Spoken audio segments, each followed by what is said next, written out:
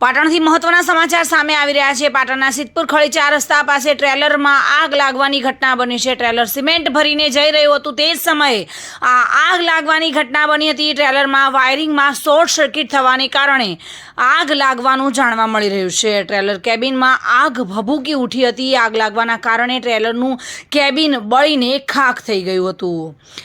જોકે ટ્રેલરમાં ડ્રાઈવર અને કંડક્ટરનો આબાદ બચાવ થયો હતો। સમય સૂચકતાને કારણે ડ્રાઈવર અને કંડક્ટર ગાડીને સાઈડમાં પાર્ક કરી દેતા મોટી દુર્ઘટના ટળી હતી। ટ્રેલરમાં આગ લાગી હોવાની જાણ થતાં જ ફાયર ફાઇટર અને પોલીસ સ્ટાફ ઘટના સ્થળ પર પહોંચ્યો હતો। સિદ્ધપુર નગરપાલિકાના ફાયર ફાઇટર દ્વારા આગને ભારે જહેમતે કાબૂમાં લેવામાં આવી હતી અને આગ દરમિયાન ટ્રેલરનું કેબિન બળીને ખાખ થઈ ગયું હતું। જોકે કોઈ જાનહાનિ ટળી હતી।